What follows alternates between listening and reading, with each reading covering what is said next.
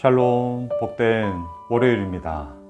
이번 한 주간도 주의 은혜와 평강이 가득가득 넘치길 주님의 이름으로 축복합니다.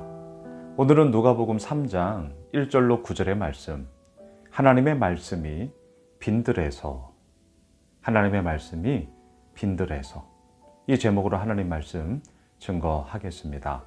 오늘 본문은 세례 요한이 하나님의 길을 예비하는 자로서 그렇게 사역을 시작하는 첫 관문을 우리들에게 보여주고 있습니다. 저는 특별히 오늘 본문 3장 1절로 2절 이 두 구절에 좀 집중해서 보려고 해요. 왜냐하면 세례 요한의 사역을 하던 그 시대, 어떠한 시대였는가를 오늘 1절과 2절에서 무려 7명의 정치인과 종교 지도자들의 이름이 쫙 나열되고 있거든요. 이렇게 정리 한번 할게요. 화려했습니다. 뭔가가 삐까뻔쩍했어요. 보여지는 모습에 있어서 7명의 사람들이 쫙 나열되듯이 뭐가 되는 것 같았거든요. 하지만 정작 뚜껑을 열었더니 그 가운데는 아무것도 없는 시대였더라. 자, 다시요. 겉으로 보기에는 화려합니다. 겉으로 보기에는 뭔가 있어요. 그리고 내놓으라는 사람들의 이름이 쫙 나열되고 있어요. 하지만 막상 뚜껑을 열었더니 뭐예요? 없어요. 자, 이게 세례 요한이 주의 길을 예비하는 자로서 사역을 했던 시대적 배경이란 말이죠. 우리 자세히 한번 보시죠. 자, 1절입니다. 디베rio 황제가 통치한 지 15해 곧 본디오 빌라도가 유대 총독으로 헤롯이 갈릴리의 분봉왕으로 그 동생 빌립이 이두레와 드라고니 지방의 분봉왕으로 루사니아가 아빌레네의 분봉왕으로. 자, 한 사람 한 사람을 좀 끊어서 다시 한번 볼게요. 먼저 디베rio 황제. 디베rio 황제는 누구예요? 우리가 잘 알듯이 유대 민족에게 세금을 징수하기 위하여 또한 왕권 강화를 위하여서 호적 정리해라 우리가 보았죠. 누가복음 1장에서 그 명령을 했던 자가 가이사 아구스도예요. 가이사 아구스도의 양아들, 그가 바로 디베rio 황제였습니다. 그리고 참고로 디베rio 이 황제 건축하기를 참 좋아했고요. 그래서 요한복음을 보면 갈릴리 호수를 또 다른 말로 뭐라고 말하죠? 디베랴 바다, 디베랴 호수. 그때 디베랴가 오늘 본문에 나오는 이 디베rio 황제의 이름을 본다는 겁니다. 자, 가이사 아구스도의 양아들이었어요. 로마 황제였어요. 또 두 번째 사람을 한번 보시죠. 우리가 너무나 잘 알고 있는 유대 총독 본디오 빌라도. 예수 그리스도 죄 없는 분이죠.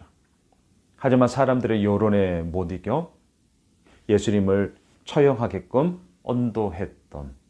그래서 우리가 매주일 어제 예배 때도 했지만 사도신경에서 본디오 빌라도로부터 고난을 당하사. 그 본디오 빌라도. 자, 또 세 번째 사람이 나와요. 갈릴리의 분봉왕이었던 헤롯. 정식 명칭은 헤롯 안티파스 또는 헤롯 안디바 이렇게 불러요. 이 자가 누구냐? 놀라지 마세요. 동생의 아내 헤로디아. 제수 씨를 자신의 아내로 삼았던 정말 말도 안 되는 짓거리를 했던 분봉왕이었습니다. 자, 또 더 놀랄 일이 나와요. 그의 동생 빌립, 이복 동생이에요. 정식 명칭은 빌립 헤롯 2세. 빌립 헤롯 2세. 자, 이 사람은 뭘 일을 했느냐? 그 헤로디아의 딸 살로메가 있었죠. 여러분들 아시죠? 살로메. 아주 요염한 춤을 추면서 헤롯 안디바의 생일 파티 때 마음을 확 사로잡죠. 헤롯 안디바가 얘기합니다. 네가 원하는 것 내가 다 들어주겠다. 그때 엄마 헤로디아와 이 살로메가 짝짝꿍을 해서 뭘 얘기합니까? 세례 요한의 목을 주십시오. 와, 잔인한 게 그지 없어요. 참수형을 당하잖아요. 자, 그 살로메와 결혼했던 남자가 누구냐? 오늘 본문에 나오는 빌립입니다. 정식 명칭은 빌립 헤롯 2세예요. 참 겉으로 볼 때는 분봉왕이다 이렇게 힘을 가지고 뭔가를 하는 것 같지만 속살을 들여다 보니까 진짜 엉망진창이죠. 자, 계속 한번 보세요. 루스아니아, 아빌레네의 분봉왕인데 그 이상의 기록들은 우리가 좀 자세히 알 수는 없습니다. 자, 계속 한번 가보시죠. 2절입니다. 안나스와 가야바가 대제사장으로 있을 때에 하나님의 말씀이 빈들에서 사가랴의 아들 요한에게 임한지라. 안나스와 가야바 대제사장들인데요. 안나스는 가야바의 장인어른이에요. 선임 대제사장이었습니다. 그리고 그 자리를 누구에게 물려줬느냐? 자기의 사위였던 가야바에게 물려줬습니다. 이 안나스와 가야바는 어떠한 일을 했습니까? 안나스, 가룟 유다를 돈으로 매수했어요. 그리고 예수님을 팔게끔 했죠. 그리고 또한 그 종교 재판에서 주도했던 자가 그의 사위 가야바였습니다. 예수님을 처형하게끔 그 모든 명분을 만들었죠. 말도 안 되는 짓이었죠. 잘못된 짓이었죠. 예수님을 체포했어요. 신문했어요. 그리고 처형을 주도하게끔 그 모든 분위기들을 조성했던 자가 그의 장인 안나스, 그의 사위 가야바였습니다. 자, 이처럼 보세요. 총 7명의 사람들이 나와요. 세례 요한과 지금 대조시키는 거예요. 이들은 왕이었습니다. 이들은 대제사장들이었어요. 이들이 거하는 곳은 어디였겠습니까? 왕궁이었어요. 이들이 거하는 곳은 어디였겠습니까? 아주 삐까뻔쩍한 대저택에서, 또한 예루살렘 성전에서 대제사장으로서 그 역할을 감당했던 것이죠. 그런데 반대로 주의 길을 예비하는 자 세례 요한은 어때요? 하나님의 말씀이 어디요? 빈들에서 사가랴의 아들 요한에게 임한지라. 자, 오늘 말씀의 제목, 하나님의 말씀이 빈들에서.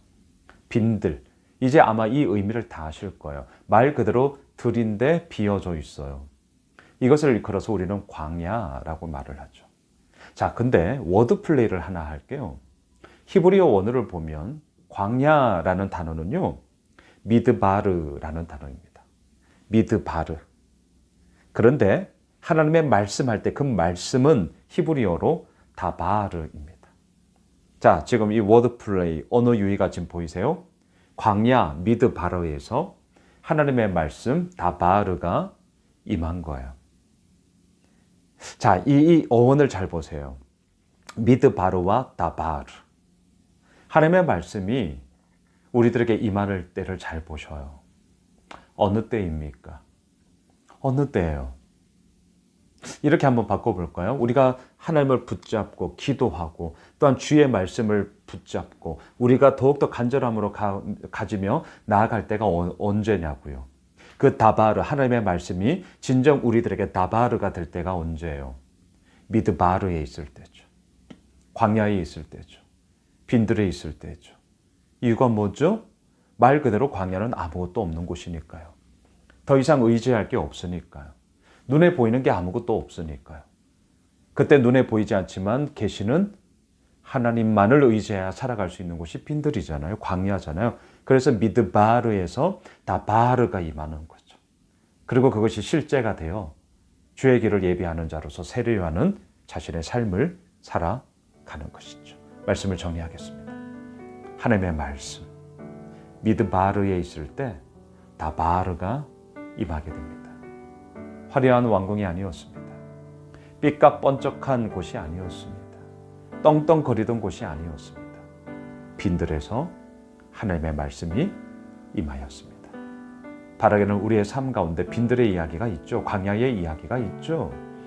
어제 우리 주일 설교 때 나누었던 것처럼 사랑이 없어도 대단한 일을 할 수 있어요. 이거 우리 두려워해야 됩니다. 무서워해야 돼요.